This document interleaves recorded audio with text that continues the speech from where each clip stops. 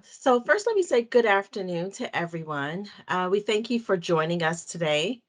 I am Crystal McDonald, the Director of Account Management and Workforce Development. It is our honor to set aside some time to reconnect with our partners in the hospitality sector. And you are our partners in the implementation of the clean energy agenda here in the District of Columbia.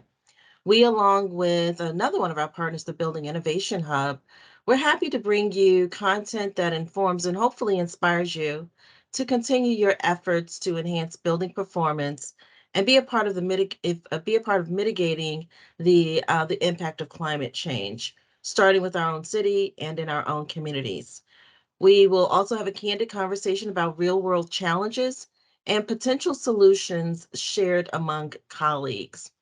So, with that said, I will not delay us any further, and we can get started with our account manager, Lee Harold, who you already know and diligently supports the hospitality sector. Again, welcome to today's roundtable designed with you in mind. And I'll pass it off to Lee. Thank you. So, just wanted to say I'm really glad to be here, and it has been a pleasure working with some of you all. And I just want to go over a couple of logistics before we get started. So, in a nutshell, if you have any questions to submit a question, please use the chat function to raise your hand. And then Kaylin will be able to see, I guess, what's going on, and he will be able to call on you so you can come off mute and have any type of question to be answered. So, that's the first step of order of business for now. Um, and then next, I will be around for questions as well after the chat and after this meeting has concluded. So if you guys have any additional questions or want to know more, you can definitely reach out to me as well. So the agenda is going to be pretty, we just, going to do the welcome introduction. We're going to have Wilbur. I've been working with Wilbur for quite some time now over the years. He used to be over at the Marriott Georgetown. Now he's over at the Mayflower Hotel. So we'll be talking about his experience and how we're working with him for the refrigeration campaign. And then on top of that, next we'll be going over the BEPS, the Building Energy Performance Standards, and then we'll be going over the hospitality sector specifically. And we'll be going over cost savings and FAQs, code, and BEPS, hub tools. And then lastly, we'll be talking about how the DCSU can help, programs and services, updates within the DCSU, and hospitality savings. So next, Wilbur, if you want to go ahead and speak, that'd be awesome. We'd love to hear your feedback on what it's been like to working with us. And without further ado, I'd like to pass it over to Wilbur. Good afternoon, everyone. Like Lee said, I worked with her in the past about 4 years ago. I was at the Georgetown Marriott. We implemented replacement of pretty much the whole chiller plant. With her help and her colleagues at the time, I was able to get funding by the ownership of that property at that time to replace the whole entire chiller plant from two chillers, emergency generator. We replaced the condenser and chill water pumps along with adding VFDs to the cooling tower and to the new pumps that we put in there. Um, so incentive, everything was an awesome help from the district with that, and that helped open up the eyes and the ownership to see that they could get something in return if they put investment back into the property and also into the city grid there. So that was a big incentive for us at that property. Been gone from the district for about 3 years now. Now that I'm back, I'm already working with her into implementing some of the refrigeration campaign over here at the Mayflower. As you guys know, this is pretty much the iconic Mayflower, right? 97 years old, and trying to get some this old walk-in boxes to be more efficient and save some energy along the way. Got next year I'm looking into replacing about 7 rooftop units already, trying to get that put together so I could be able to have the rebate and also the savings cost for the owners. Try to budget that for next year. But that's been my experience so far, and I appreciate all the help that you guys do to keep that going for the hospitality.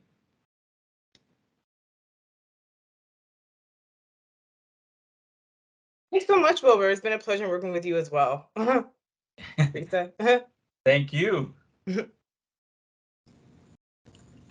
All right, thanks, Wilbur. Thanks, Lee. Thanks, Crystal. I'm Teresa Backus. As Lee and Crystal mentioned, I'm with the Building Innovation Hub. So we're going to transition now to talking a bit about the BEPS, the Building Energy Performance Standards, and specifically what that means for the hospitality sector, key deadlines that you're going to need to pay attention to, tips, resources, and really what's a little bit about what's coming down the pike. So the intention is that we have a decent amount of slides, but really I also want to save plenty of time for Q&A and then some discussion time. And I also have some questions for you. So if you're watching this on the recording, I apologize if this is a bit of a repetition, but it's important information and there are some changes. So we want to make sure to cover all of that with you so that you feel best equipped for your buildings. Next, please. A little bit about us. The Building Innovation Hub launched in October of 2020. So right smack dab in the middle of a pandemic as a program of the Institute for Market Transformation. We are funded primarily by the District Department of Energy and the Environment, but we are not a government entity. We are a nonprofit.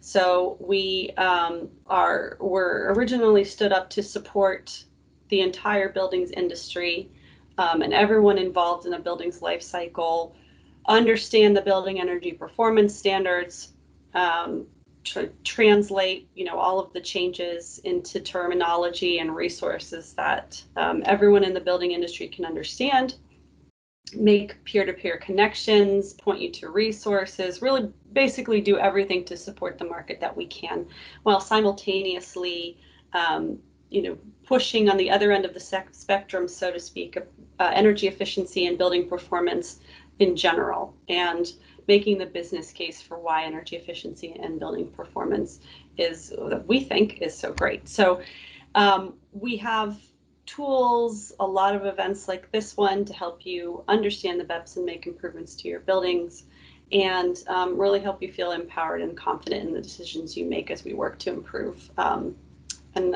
achieve our climate goals around DC. Next, please. So this is how we fit in. This is a visual.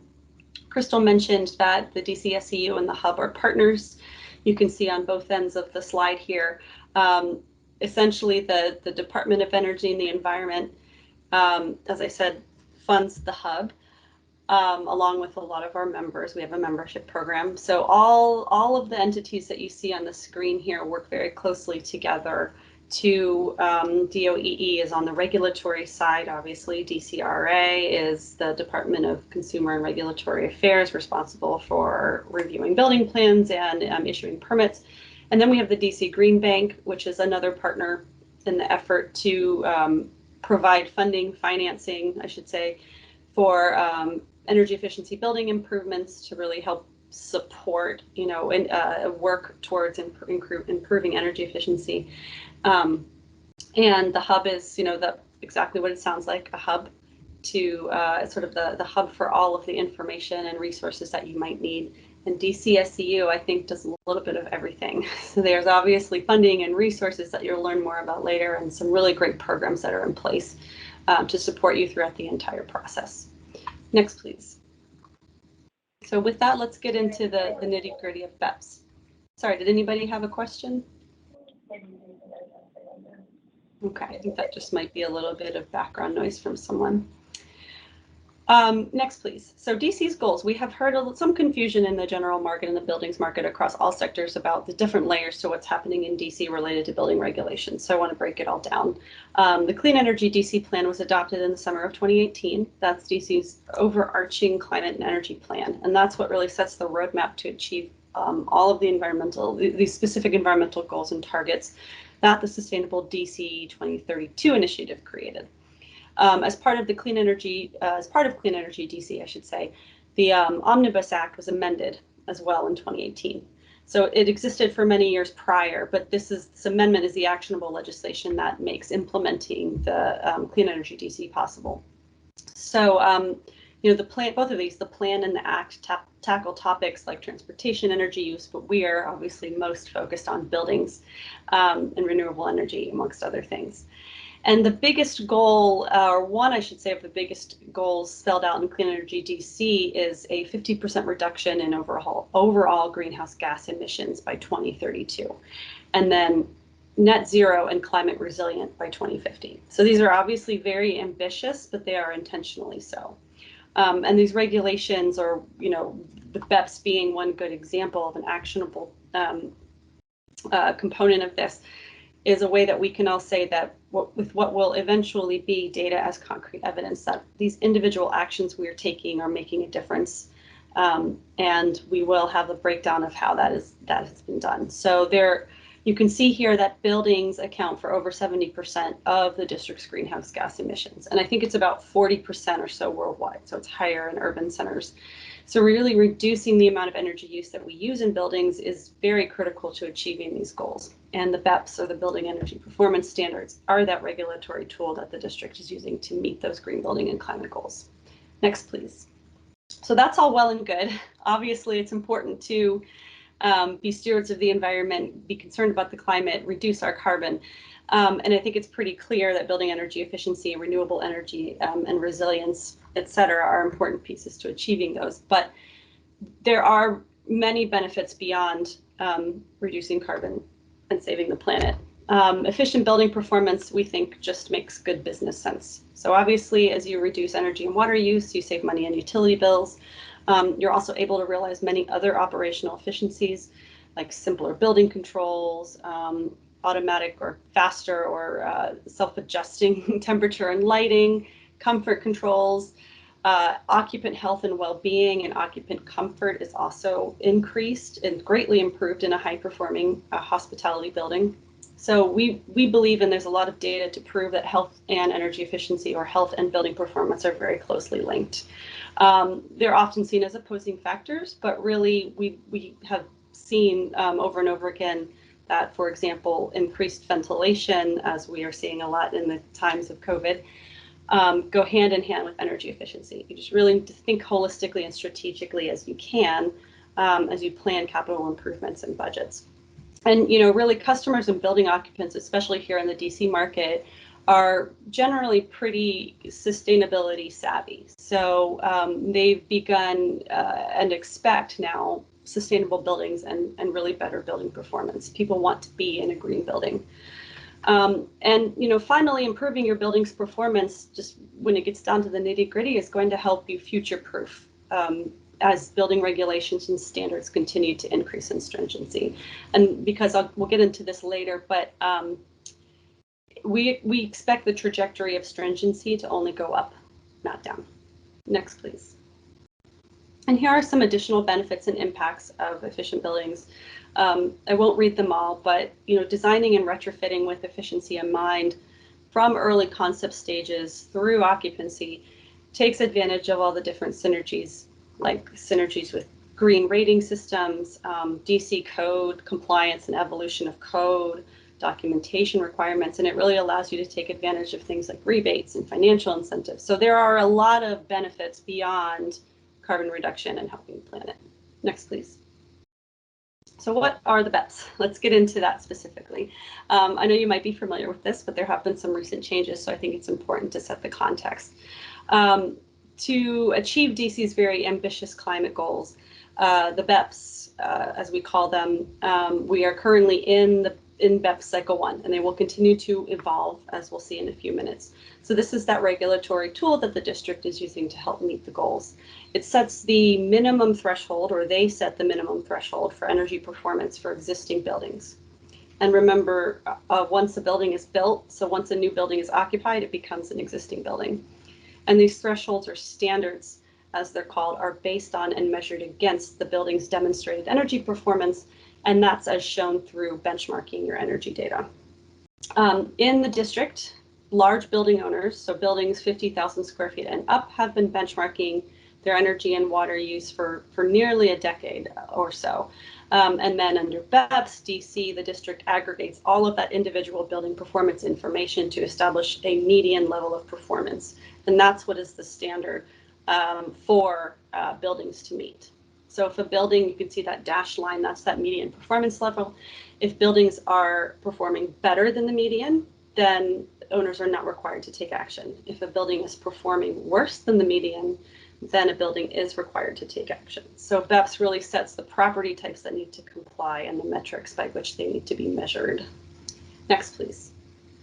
So here's the applicable BEPS cycle timelines, and they're size-based. As I said, we're in cycle 1 right now, which started on January 1st of 2021.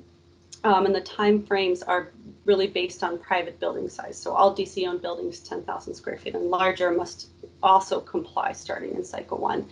And you can see here that cycle 2 begins in 2027, cycle 3 in 2033. So really by 2033, or beginning in 2033, I should say, all buildings, private and public, or private and DC-owned, 10,000 square feet and up must follow the performance standards. Next, please. So here's a DOEE graphic that shows the BEPS revolutions or the cycle timelines. You can see the basic structure of a compliance cycle. So really a building that's not meeting that minimum Energy Star score or that median performance level. And this really applies to every cycle of BEPS, 1, 2, and 3. So the standards are set at the beginning of a BEPS cycle. Buildings benchmark and have that data verified, and then the data is analyzed and enforcement begins. And then it's all repeated in the following cycle. Next, please. A little bit about the metrics. There's a few key metrics, and they're used slightly differently in the BEPS than you may be used to seeing. So really the Energy Star score, most buildings in the district are eligible to receive an Energy Star score. This is designed by the Environmental Protection Agency on a scale of 1 to 100, and it gives you an easy and comprehensive snapshot of your building's energy performance. So it takes into account all of the physical attributes of your building, how it's operating, its occupancy. And with this one, the higher the score, the better the performance, or the better your building is scoring, really.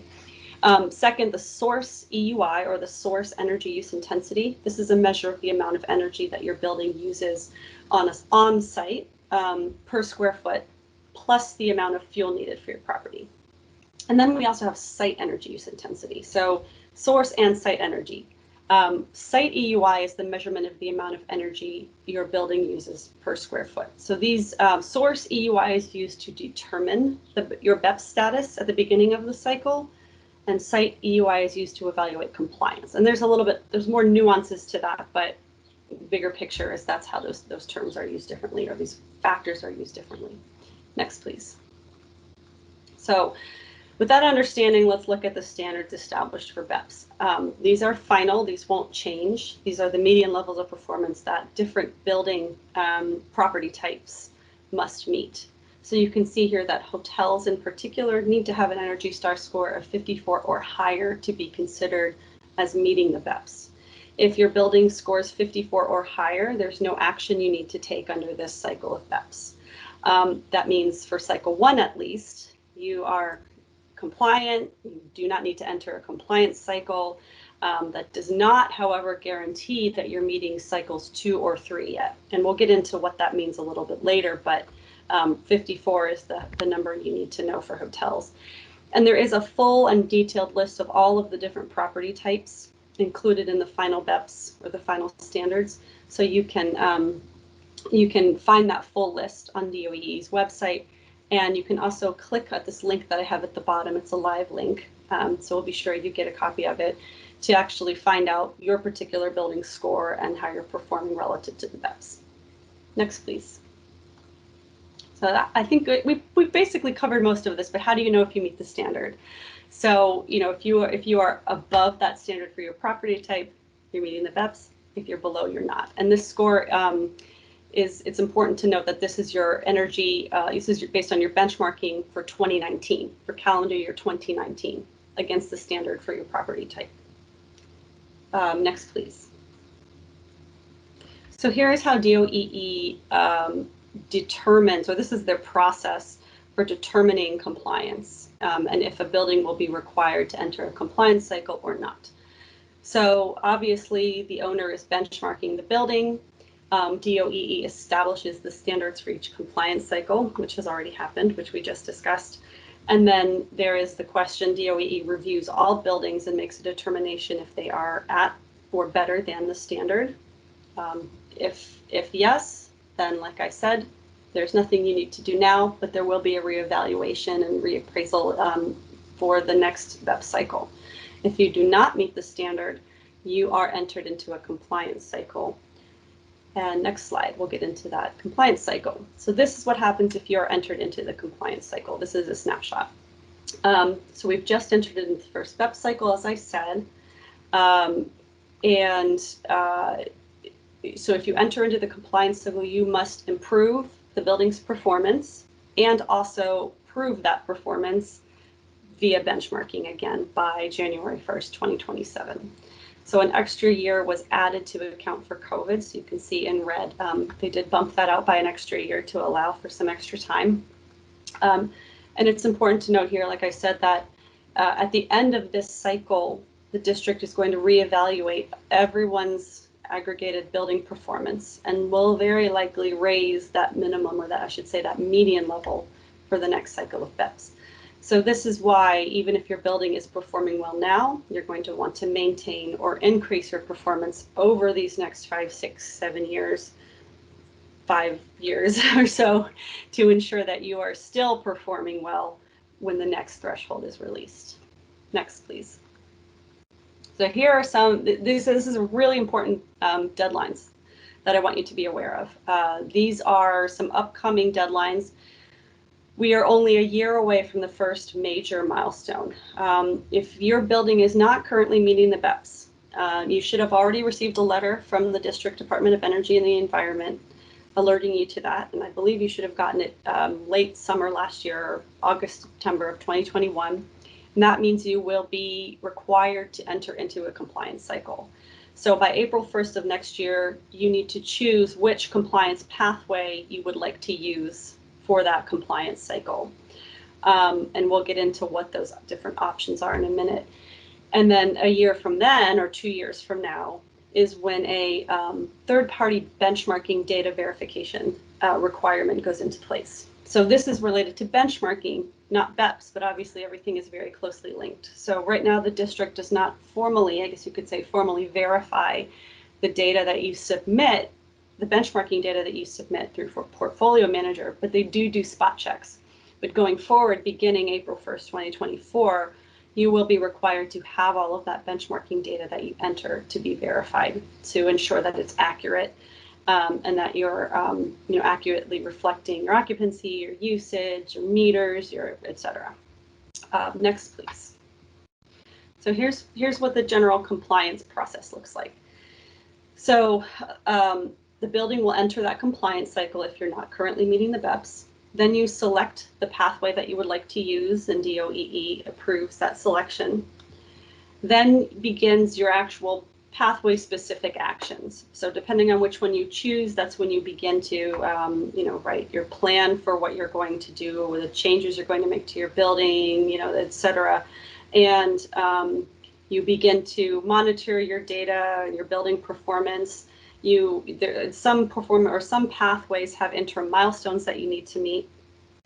And then comes the end of the compliance cycle, where you report your improved performance. So you benchmark and demonstrate your improved energy and performance. And then there is that year or so that DOEE has to look over everything you've submitted and make a determination if you are compliant or not. And this is when, if your enforcement, final BEPS enforcement comes into play. Next, please. So let's get into those pathways, or those compliance pathways. So here are the three principal or main compliance pathways that you can choose from if your building is not currently meeting the BEPS. And there are others and alternatives that I'll show you on the next slide, but you need to choose from this list by April 1st of next year. So there's the performance pathway. This is very straightforward. It's applicable to all property types. It's a performance-based metric of basically reducing your site energy use intensity by 20%. So it's how you get there matters less than the fact that you reduce your EUI by 20%. It's a purely performance-based approach. And then we have a prescriptive pathway. Again, this is all property types, but this is action-based. So there's a series of interim milestones and a series of energy efficiency measures that have to be implemented and reported on and documented throughout your the compliance pathway or the compliance period. And different documentation that needs to be submitted to DOEE and different checks throughout the process. This is essentially a list of energy efficiency measures you need to implement. So it is action-based, but there is quite a bit of paperwork and other specific actions that need to be taken. So it's, if you do not think you can improve your EUI by 20%, there are a lot of reasons why you might choose the prescriptive pathway. But just know that this is, again, action-based, whereas the performance pathway is results-based, really, or UUI-based. And then there's a standard target pathway. So this is a path that's only available if the property type's median score is above 50. So it does apply to hotels in this case because the hotel's median score that you have to reach is 54. So this is another performance-based compliance path in which you must bring the building's score up to the standard of 54. So this might be a good option, say, if you are very close to the standard, say you're a 53 and you want to get up to a 54, it may make more sense to go this way. But again, it's very highly project specific, working with the DCSEU to help understand different options available to you, what programs they currently have to be able to support some of your capital improvements and your energy efficiencies is very important. For the prescriptive pathway, an energy audit is required. We at the Hub recommend that you should do an energy audit anyways, no matter what pathway you choose, because it really helps you understand exactly how your building is performing, where there are opportunities for improvements, so you get a better understanding of how far you need to go, and then thus, maybe what pathway is best for you. Next, please. So in addition to the principal pathways that we showed on the previous slide, there are some alternative compliance pathways, and these are also final. So all of the rules related to the pathways have been finalized by DOEE. These are in place for unique situations and unique circumstances. So there's a lot of information here, but essentially the DOEE has recognized that there are many unique situations, and they wanted to account for that or allow additional pathways that might be more applicable. So there are things like a deep energy retrofit path with an accelerated savings recognition. So this would require a deep or more intense energy savings results than might be required to improve your score or EUI beyond only what is required for cycle 1. There is a path related to what new construction can do or newly constructed buildings, and also how to adjust the baseline and extenuating circumstance. So, to adjust your baseline, you need to justify that to DOEE. There are, I have other links in the document on where and how to do that. And then there's a custom ACP, or a custom alternative compliance pathway. And this is exactly as it sounds. It's a custom path in which there are conversations and ultimately an agreement with the district on how you can improve your energy performance in such a way that allows you to comply or to demonstrate comparable savings. So it's very case by case. It involves a discussion with DOEE, but there is flexibility built in. That's an important takeaway, is they tried to build in as much flexibility as possible to allow for unique circumstances. The last thing I'll say before we move on to another slide is that it's hard to summarize everything happening with BEPS and everything that's happened over the last however many years it's been being planned and discussed, and the BEPS task force has been working on this. But there are a lot of staff at DOEE. There are people that you can reach out to directly. They're very responsive. They do want to help. I know this is all very confusing. So not only are we at the Hub and DCSEU available to help you, but there are staff at DOEE that can take your questions, walk you through things, work on a custom path if that's something you think you need. Next, please. So there are some rules around how to demonstrate compliance with the pathway that you choose, and they really differ between pathways. So the performance pathways, so aka the standard target, and the site EUI reduction pathway, and the prescriptive pathway. So there are different ways that you need to demonstrate that you're meeting the pathway rules. There are also requirements for what and how you report on progress, rules around the deadlines, when they can and can't be pushed or postponed, depending on extenuating circumstances. And it is a lot of information, but all of this is currently available in the BEPS guidebook. And the guidebook is now final and available on DOE's Beam portal page. So I encourage you to look that up. And the hub also has what we're calling a plain speak summary of the guidebook and a plain speak summary of BEPS. And I'll be sure that you have that link as well. So it takes all the complicated language and really breaks it down into what you need to know and how to understand it. Next, please. So this is a bit more about postponement and enforcement. So extensions are allowed for interim milestones. So if you're, for example, if you're choose to use the prescriptive pathway, there are extensions available for things like reporting or verification deadlines, but it is important to know that that does not extend the end of the compliance cycle for you. So you can have extensions on intermediate milestones, but not the overall end of the compliance cycle or demonstrating final compliance.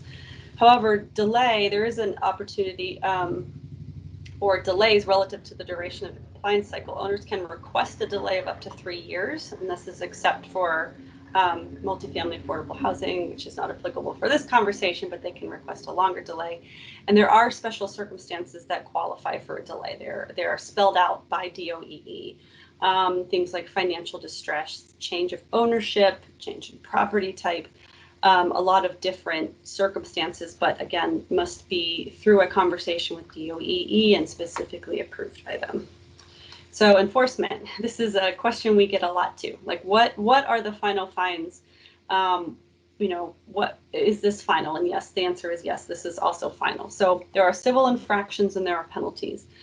Civil infractions have to do with violating or missing those interim deadlines in a compliance cycle. So for example, if you don't select a compliance pathway by April 1st of next year, or you don't submit, some of the required documentation per the different deadlines for your compliance pathway, you are fined. And the fines range from $500 to $1,000. So they're not substantial, but they do add up. So missing not choosing your compliance pathway, for example, is a $1,000 fine. Missing certain interim milestones are then $500 each, and the details again are in the guidebook. And penalties, this is for the owners whose buildings do not meet the requirements by the end of the compliance cycle. So the maximum penalty for buildings is $10 per each square foot of gross floor area, being 7.5 million. Now, it is a big number, but it's adjusted based on the improvements you do make relative to the requirements of your selected pathway. So it does take into account how much you were able to do, how much you were able to improve your performance versus how far off you are from the standard that you're required to meet. Next, please. So a little bit about future BEPS cycles. We are also often asked about future cycles and how to plan now for future regulations.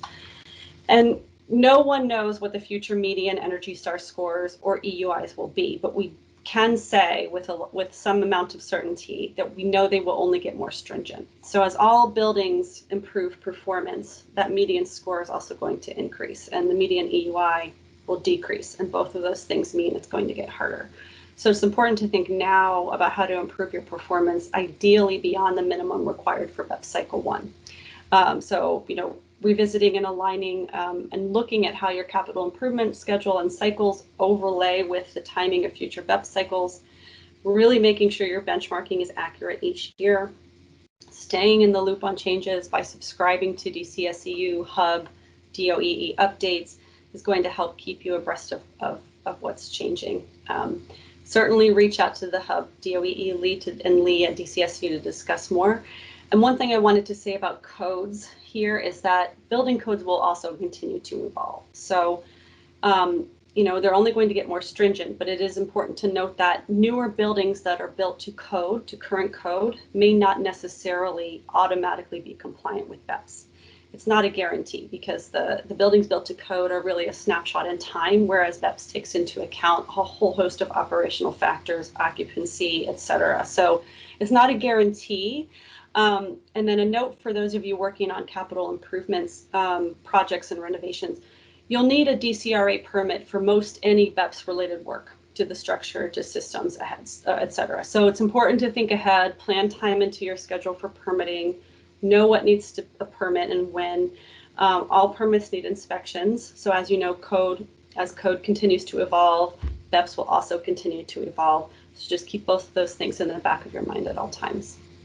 Okay, how are we doing on time? All right, I'll try to go a little faster, but available resources, I want to highlight some things that are available to help you in terms of financial, static resources, events, etc. So next slide, please.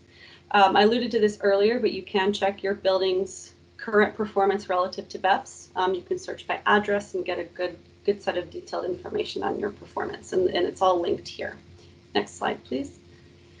So we have, this is a Building Innovation Hub website. We have a lot of resources of static primers, plain speak summaries, things that really break down what you need to do by when, who to help you, recommended steps, templates. We have all sorts of things. We have BEPS FAQs, an overlay of code and BEPS. We have targets to consider for new construction relative to BEPS. Primers on benchmarking, so not only what it is and how to do it, but common errors that we see in DC benchmarking to kind of help you navigate, making sure your data is accurate. We have specifics related to code changes. We have all of those plain speaks that I just mentioned. So there's a lot of good stuff on there. And I would say we have a pretty good search function, so you can get what you need pretty quickly by using the search function. Next, please. We have some financial, we're calling funding and financing maps. So this is updated regularly. This is a place where you can go and filter by funding types, energy incentives, building sector administrators. So this is a good sort of clearinghouse of different funding and financing options available to you. Next, please. We have some new and I think exciting BEPS tools. We just released them less than a month ago. We have a BEPS compliance pathway wizard. So this takes all of those different compliance pathways that I covered, the performance, the prescriptive, the standard, the alternative, and walks you through a series of questions to help you understand which pathway might be most appropriate to you. So if you're still not sure, you have a year to decide, you can walk through this wizard and it'll help you at least try to begin to understand what might make the most sense for your particular building. Then we have a compliance pathway timeline. So this is a timeline associated with each compliance pathway. So what you need to do by when for the performance pathway, for example, what you need to do by when for the prescriptive pathway, all of those interim milestones and interim decision points that need to happen. So it really breaks everything down into a lot of detail.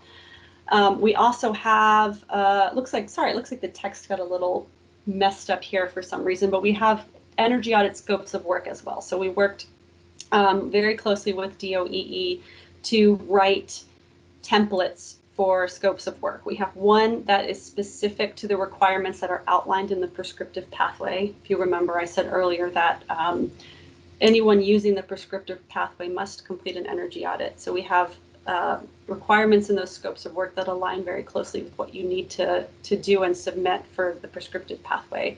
And then we also have an energy audit scope of work that you can use if you're trying to determine which BEPS compliance pathway you want to pursue. So that, as I said, an energy audit will help you understand how your building is performing. Will give you some really great information to help you make decisions. Next, please. So we also have something we've had out for a while, but we officially launched less than a month ago, is our vendor to building matchmaking.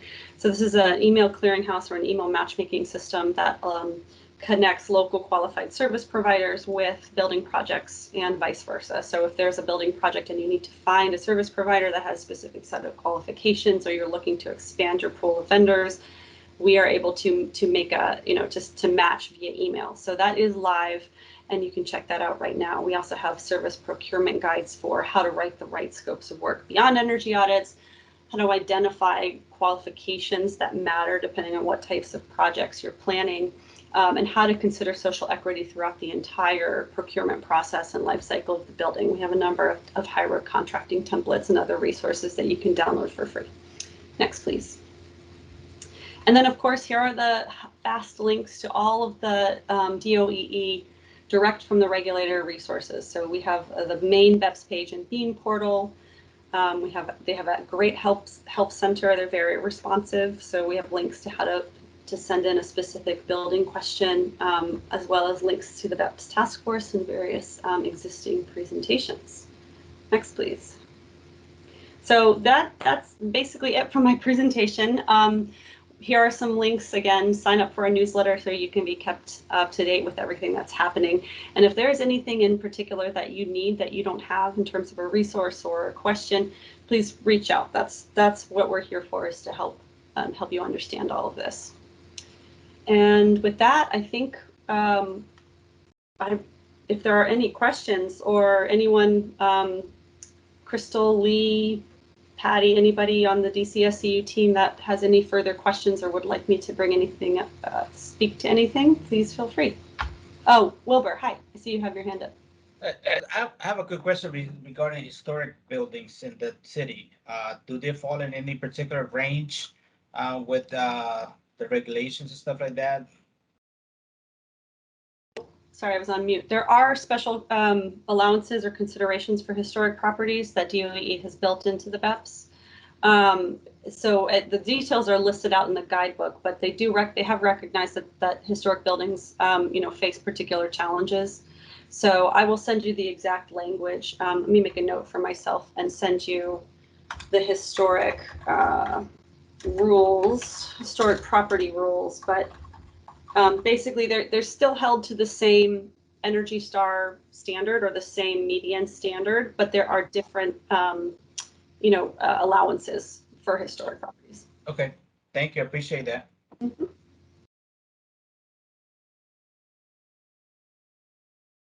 Anybody have any other questions? I'm sorry. Teresa, I have a question. Yep. Regarding the vendor to building matchmaking, how does that happen for, say, a customer and a contractor? So we have a vendor application portal that's open right now. So we have, I don't remember how many vendors are already in our system, but as we get vendors that are interested in being on our list, they complete the application and then they're added to the website.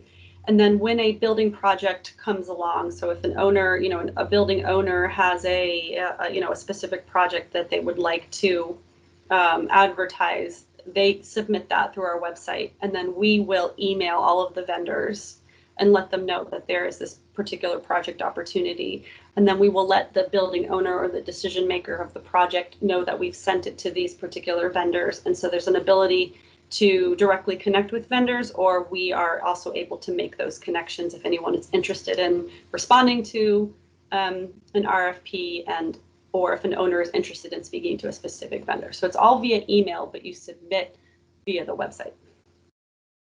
Does that make sense? That's very helpful. Yeah, it's like Thumbtack or TaskRabbit almost. Yes. Yeah, Exactly. great. Thank you. And I put some questions up here that I think would, I'm interested to hear from you all, your experiences with BEPS, but, it's also some questions for you to consider. What has your experience been so far, and what has typically driven your focus on building energy performance, or your decisions in the past, if it's been driven by code or demand or company mission, and then what your general familiarity is with BEPS. So, if anyone's interested in sharing, I'd love to hear your experience so far with it. Otherwise, it's just something to think on, and perhaps, as questions arise, you can certainly follow up with Lee about, any help that you may need related to existing DCSEU programs to help you with the work that I talked about today.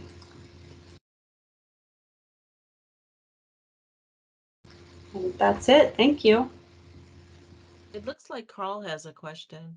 Oh, Carl, I'm sorry. Yes, Teresa. So are they vendors available to kind of like manage the whole BEPS program concerning your particular building?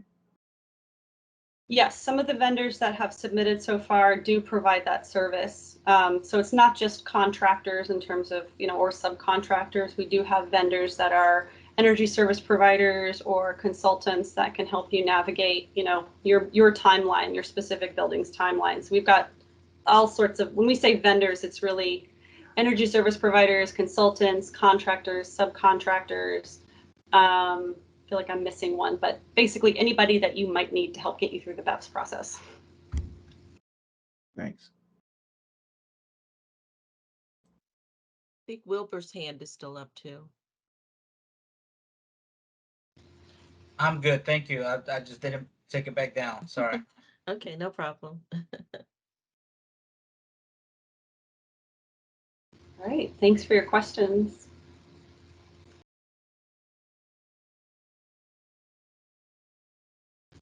I'm not sure. Am I handing it over to you, Crystal?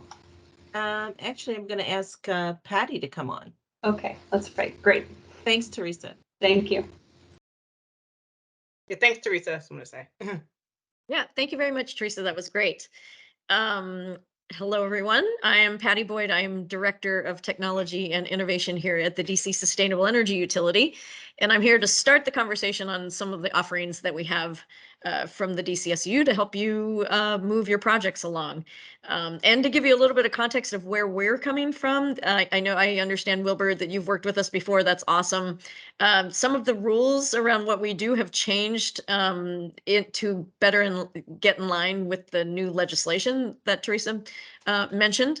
So I'm going to go over our goals. So right now we didn't just start 6 months ago in this fiscal year. We started our third 5-year contract. So we finished our second 5-year contract, 10 years of work underneath us, where kilowatt hours and therms were our metrics.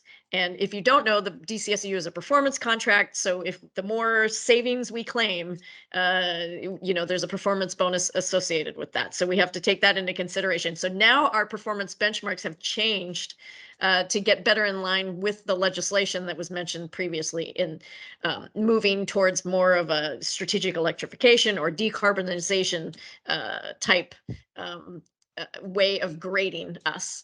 So instead of individual kilowatt hour and therm reduction targets, we now have a combined source MMBTU target. So we take the kilowatt hours and we multiply it by a factor to get what those MMBTUs were necessary to generate those kilowatt hours at the site. We take it back to the source. In addition, we take the therms back to the source, and we're getting a little bit of a factor for fugitive emissions. So the leakage of natural gas, getting it to the site, we get to claim savings on that as well. So that's on the top left, the combined source MMBTU. In addition, we have a greenhouse gas savings goal measured in metric tons of CO2 emissions. So of course, the energy savings, the kilowatt hour therm MMBTU source, however you want to look at it, that can be converted directly over to greenhouse gas savings emissions. But what this benchmark allows us to do, and I'm really excited, we have Eddie on here, Eddie Freebay, to talk about the refrigeration work. This allows us to consider programs such as refrigerant management. So Eddie's going to talk about, the walk-in freezers that you were talking about, Wilbur, and things like that. But we're going to start offering in the future refrigerant management. So the leaks of the refrigerant, if we can make those stop or lessen or change out old equipment that is leaking for new equipment that is not, we will be able to claim greenhouse gas savings from that work, which is really exciting. So those are our top two metrics that we're considered about that align us with that legislation. We still have a green jobs goal, which is great. Most of the people that work at the DCSEU live in the district. We are DC residents. I am in my condo here in East Capitol. We do local economic development. So one of the things we are required to do, and this is for the district, anyone that is under contract with the district government must spend 35% of their contracted dollars with certified business enterprises, or CBEs. So we do that work. We're very proud to have developed a lot of the CBEs over the last 10 years in the district. In terms of low income spending, 30% of our total budget must be spent in affordable housing, shelters, clinics. We do work at the food banks, things like that. But we must spend 30% of our entire budget in the affordable housing and shelter clinic realm. We also have a benchmark renewables with energy efficiency. So before we were trying to increase the capacity of renewables, but now in conjunction with, in parallel with increasing the capacity of renewables, the generation output, it's a little bit complicated, but we're requiring energy efficiency to be done at that building where you are putting on solar panels in order to receive a rebate or an incentive for the renewable part of the project. You must do energy efficiency. And then we have a deep energy retrofit benchmark that goes in line with BEPS. And this is saying that 30% of energy use at a building will be reduced over the next 5 years. So we have a metric of quantity of buildings for that one. So very exciting. We are some of these are happening in different locations throughout the United States, but I don't think all of this is happening in one location like it is here. So it's a very good puzzle that we are working with, and your buildings, of course, are help us achieve these goals. So we're very thankful. Next slide, please. So let me talk about some other changes. In terms of gas measures, where we have been incentivizing new boilers, condensing boilers, changing from a steam system over to condensing boilers, we are no longer able, by our contract with the district government, to financially support new gas-fired equipment, not even condensing boilers. We can still support O&M measures like steam traps, insulation, things like this, or controls on the boilers. If you were going to, make or possibly the burners, we are still going back and forth with that on our clients. In the low income sphere, some of these buildings can't change over. It's just not physically possible. So we can ask for an exemption, but we haven't gotten an exemption approved yet to invest in a new piece of gas-fired equipment. So that's a big change for us. Again, and then they've added on additional funding, enhanced funding to support BEPS compliance, working with DOEE and the Building Hub and the Green Bank, something called the Retrofit Accelerator. Right now it's predominantly for affordable housing, but they have allowed some worship facilities and senior care centers to be included in that. That is actually an effort that I am leading right now and takes up all of my time. It's a wonderful puzzle. But to help buildings, affordable housing buildings comply with BEPS, they're giving them a little bit more tools to be able to comply with the legislation. Crystal is in charge of the Train Green SEI CBP program that we have. Crystal and Mark, I think Mark is on here as well, Mark Bryan. And I think there's a slide later, correct me if I'm wrong, Crystal, so I won't go too far into that, but we're providing training for local businesses. And we're also providing 50,001, yep, thank you, 50,001 Ready training, which is kind of a strategic energy management system training. And we have a cohort going on right now with low income housing, the HUD buildings, the ones that are the housing and urban development buildings. So there's that. And then I think that is the last slide I have. Is that true? Go to the next one, please. Yeah, this is where I turn it over to Lee to take it for you and talk about the different offerings. Thank you, Mark. He's put the link in there for the Train Green courses for you to see. And we really appreciate working with all of you. So thank you for continuing to work with us. And oh, Wilbur, did you put your hand back up? No, it came back down. Carl, did you put your hand up? Maybe? I did not. I did not. You did not. Okay. I think people are just trying to put them back down. That's all. Okay, no problem. Thank you. Take it over, Lee. Yeah, no, I was just saying our standard offerings are as such with the prescriptive rebates along with our custom incentives. technical assistance, which entails us coming over, one of our engineers to come over and perform a walkthrough. We also workforce development and then paper performance program. So we offer all these different programs. I'm happy to discuss them all with you separately in case you want to do a meeting as well. But these are some of the offerings that we currently have. Next slide. So the commercial rebates is something that I normally work on, and I know that's something that I've been kind of doing with you all just kind of consistently. So right now our standard rebates are as follows, which go for lighting, motors, HVAC, refrigeration is pretty popular right now. We are doing a campaign with that, food service and vending. So the custom rebates work is where we, just try to take a more consultative approach and take a look at the equipment, and we can even have our engineers take a closer look, even if it's not necessarily on one of our offerings and it's just a new technology you might be trying out, if you're not really sure, or if it's a little bit like more technical, then we could just take a closer look and try to see what we can do, how it can support the program as far as saving energy and how it can support the property. And then also we have lighting, which is very low hanging fruit that most people take advantage of, where we have our customers go apply for that on their own for that. And then also lastly, we have paper performance, and that's for commercial as well. And it's for pretty large buildings, and it also offers incentives for energy conservation based on pre and post project meter data. So those are a few of our offerings. And lastly, how it goes is we have no cost technical support.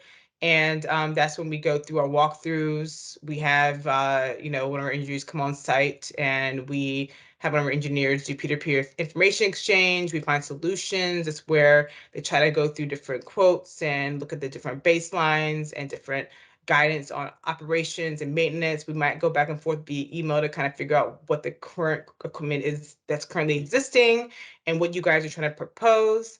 And then from there, we go through a project analysis, which goes through all the post-installation data and tries to figure out exactly how much energy we're saving on the project and exactly how much rebate we can get back.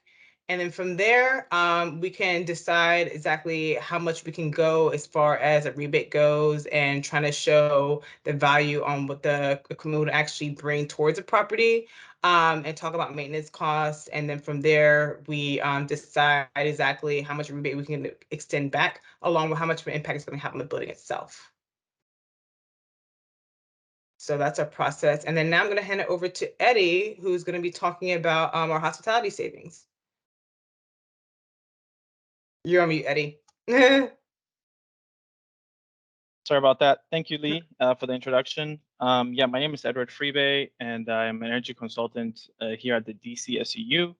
And I typically work very closely with Lee in the hospitality sector to provide solutions for hotels and other buildings within DC, as well as calculate rebates to find the best path forward. And so I wanted to take the opportunity to talk about some examples of certain savings opportunities and rebates that hotels can take advantage of within the district with the DCSEU. Next slide, please. So like Lee mentioned, we typically offer rebates in these 5 major categories for hotels. The first two, a lot of hotels already take advantage of that: lighting, HVAC, but we also have food service and vending that people don't really pay attention to, as well as motors and refrigeration opportunities. I would still say, obviously, if you have a lighting project, we'd be happy to be involved in that process. We can help buy down the cost. Similar thing goes for HVAC, and like Patty mentioned, unfortunately, we can't support gas systems anymore. So if you're looking at, for example, heat pumps for the hotel rooms, something like that, that is definitely something we can support. And the benefit here is that all these 5 measure categories are supported under the prescriptive as well as the custom process. So what that means is, it can be a really easy approach if you want something quick for the prescriptive side. But if you're doing a little bit more in your building, maybe the custom approach is the better way to go to take advantage of the extra energy savings and hopefully get a larger rebate. Let's head to the next slide where I go in depth on some of the food service and vending opportunities out there. So typically, hotels have kitchens and there's a lot of cooking that happens in there. And so we do offer certain rebates on hot food holding cabinets, combination ovens, convection ovens, griddles, dishwashers, basically any type of cooking equipment, so long as it is Energy Star certified, which is a code requirement in the district. We will be able to offer a rebate for it. And also, like you see in the parentheses, they have to be electric. We cannot offer any rebates again for gas-fired equipment, and this also includes cooking equipment. You can apply for the rebates both under a prescriptive path or a custom. And I guess how I would explain it is if it's a one-off purchase, you're just, buying a new oven or cooker and it's just one, then it's probably makes more sense to go prescriptive. It's easy, it's straightforward. You just go onto our website and apply for that. Whereas if, say, you're designing a whole new kitchen and it's going to be different types of equipment and it's a whole package, the best course of action there would be a custom approach. Also, another scenario where a custom approach would be better is if you're, say, altering the cooking times within the kitchen. Say in the past, you typically had the oven running all day and you're doing something about managing and organizing the time in which it runs. That's something that we can only work with you on under the custom side, since the prescriptive is really just a flat rebate based on the quantity of the items purchased. Let's move on to the next slide and go into motors. Now, this is also an opportunity that I don't see people take advantage of, specifically with the exhaust fume hoods within the kitchen. You have some hotels run these exhaust hoods pretty much during the whole operating time of the kitchen. So when they open the kitchen up in the morning and they close it late at night, the exhaust hood is just constantly running at 100%. There are controls opportunities here by adding a variable frequency drive or a VFD onto that exhaust hood. And so what it's able to do with a controller, paired with a controller, it's able to sense the amount of cooking that is occurring. And typically cooking would have peak times, right? So around breakfast, lunch, dinner, and lull times in between where there isn't as much cooking. And so the sensor will be able to see that and ramp up or down the motor that is doing the exhausting of the fumes. And you're able to save there. So we offer rebates for that. And for the smaller sizes. So if you're installing a VFD on a motor that is between 2 to 15 horsepower, that would typically be a prescriptive project. Whereas if it's a much larger motor, we would likely take that custom and get a more tailored approach to how you operate your exhaust hood within the hotel. Let's move on to the next slide. So then we also have the refrigeration measures. And here we have a third column, and I'll talk about that. We have the installation of refrigeration equipment as well as refrigeration controls. So your Energy Star refrigerators and freezers, your Energy Star ice machines, those are all supported. They can, again, go under each, whether it's prescriptive or custom, depending on the catalog of equipment you're purchasing. We also offer rebates for strip curtains. That's also something that is underutilized. If you have a loading dock or a refrigerated space, and there's a barrier between the refrigerator space and the outdoor temperature, you can put some strip curtains there if it was open, and that would also save energy because there's less interaction between the two spaces.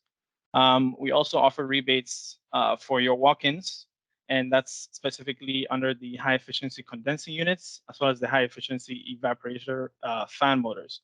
So for the walk-ins, the fans within the walk-ins, we offer rebates. If you swap those older fans out for new EC motors, we'll give you rebates for that. And also the condensing unit that is in tandem with the walk-in. If you plan on installing a more efficient condensing unit as well, we will offer rebates for those. And the special mentions, and I'll talk about that in the next slide, but on the refrigeration campaign, where we are incentivizing pretty much the whole material cost for replacing your evap fan motors from older motors to new EC motors. We also have refrigeration controls, which is also something that is not looked at as often. you can install some fan motor controls within the walk-in. So you would typically have these evap fan motors running 24/7 because you want to keep the product at its desired temperature. But what you could do is install controls on those motors so they periodically check the temperature within the box. And then depending on the needs, if it's too cold or it's not cold enough, it will ramp up and down the fan speed, or it will turn it off and turn it on. So ultimately, you're saving some energy from when it's off or when it's at a lower speed. And it's still, it's sensing the temperature within the walk-in, so it's not jeopardizing the quality or the temperature of the goods that are within the walk-in. There are also smart defrost controls, and we also have the very last one there is floating head and floating suction pressure controls. Now, these are just controls measures for the condensing unit, and those also can be supported under our prescriptive and custom. Let's move over to the next slide, which is the last slide that I have here, which is on the refrigeration campaign. So like I mentioned earlier, we will be covering up to 100% material costs for replacing out any old fans in the evaporator within the walk-in to EC motors.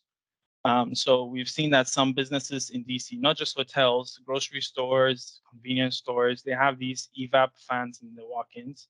And those evap fans are using older motors, PSC motors, shaded pole motors. And by replacing those to EC motors, they use up much less electricity to do the same thing. And we want to be able to shift that to EC motors across DC. So this is a pretty good measure for hotels. Hotels have a lot of walk-ins within them. And so replacing them all to EC motors is a good benefit there.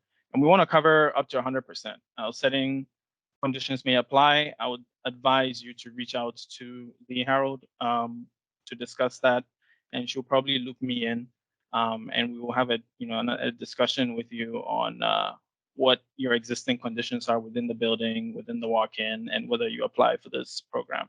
We also have door heater controls. I would say if your hotel does have display units, you could take advantage of this. This measure was primarily intended for grocery stores, but if there are display units within the hotel, sure, and they have door heaters on them, we could definitely also support that by adding some controls to those.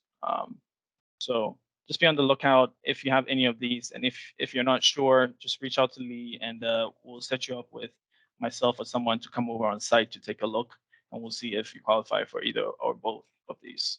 Thank you.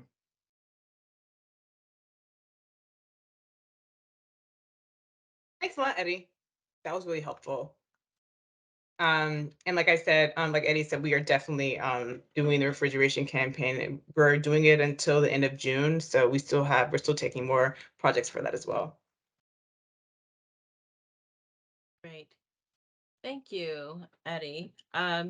So I'll mention just one additional resource that I'd like to cover.